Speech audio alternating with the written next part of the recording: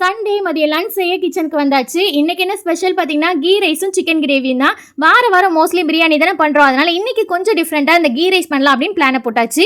Leave நாள் அப்படின்னாலே பார்த்தீங்கன்னா வீட்டில் வேலையே செய்யக்கூடாது. மற்ற நாள்லாம் பார்த்தீங்கன்னா குழந்தைங்க ஸ்கூல் போகணும், ஹஸ்பண்ட் ஆஃபீஸ் போகணும் அப்படின்னு சொல்லிட்டு காலையிலே சீக்கிரமாக எந்திப்போம். காலையில் சாப்பாடு மதிய சாப்பாடு எல்லாமே காலையிலே செஞ்சு முடிச்சிடுவோம். சமையலை முடிச்சிட்டோம் அப்படின்னாலே பெரிய வேலை முடிஞ்ச மாதிரி தான். அது போக மீதி இருக்கிற நேரத்தில் பாத்திரங்கள் வருது, வீட்டை பெருக்கிறது, துணி துவைக்கிறது, மாப்பு போடுறது, மாவு அரைக்கிறது அப்படின்னு சொல்லிட்டு அந்தந்த டைமுக்கு அப்படியே கரெக்டாக வேலை நடந்துக்கிட்டே இருக்கும். அது போக 2 மணி நேரம் ரெஸ்ட் கூட எடுத்துக்குவோம். ஆனால் இந்த லீவு நாள் அப்படின்னா ரெஸ்ட்டும் இருக்காது, வீட்டில் ஒரு வேலையும் செஞ்ச மாதிரியும் இருக்காது. சும்மா அங்கே உட்கார இங்கே உட்கார மொபைலை பார்க்க அப்புறம் டிவியை பார்க்க அப்படி இப்படின்னு டைம் பாஸ் தான் பண்ணிட்டு இருப்போம். அங்கே ஒரு வேலையும் நடக்காது.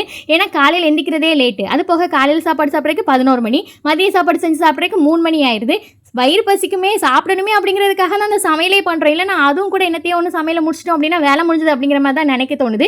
எனக்கு மட்டும் தான் இப்படி இருக்கா இல்லை உங்களுக்கும் இப்படி இருக்கா அப்படிங்கிறத கமெண்ட்டில் சொல்லுங்கள். லீவு நாள் அப்படின்னாலே எனக்கு தோணும் இவங்களுக்கு பெசாடிக்கு ஸ்கூலே வச்சிருக்கலாம். ஏன்னா அந்தந்த டைமுக்கு நம்மளுக்கு வேலை முடிஞ்சது இப்படி சோம்பேறியாக உட்காந்துட்டு இருக்கோமே அப்படின்னு. அதே இது ஒர்க்கிங் டேஸ் அப்படின்னா வேலையாக செஞ்சுட்டே இருக்கும், ரெஸ்ட்டே கிடைக்க மாட்டேங்குது, இவங்களுக்கு லீவ் விட மாட்டாங்களா அப்படிங்கிற மாதிரி தோணுது. மனுஷன் மனசு குரங்குன்னு சும்மாவா சொன்னாங்க. இப்படின்னா அப்படி தோணுது, அப்படின்னா இப்படி தோணுது.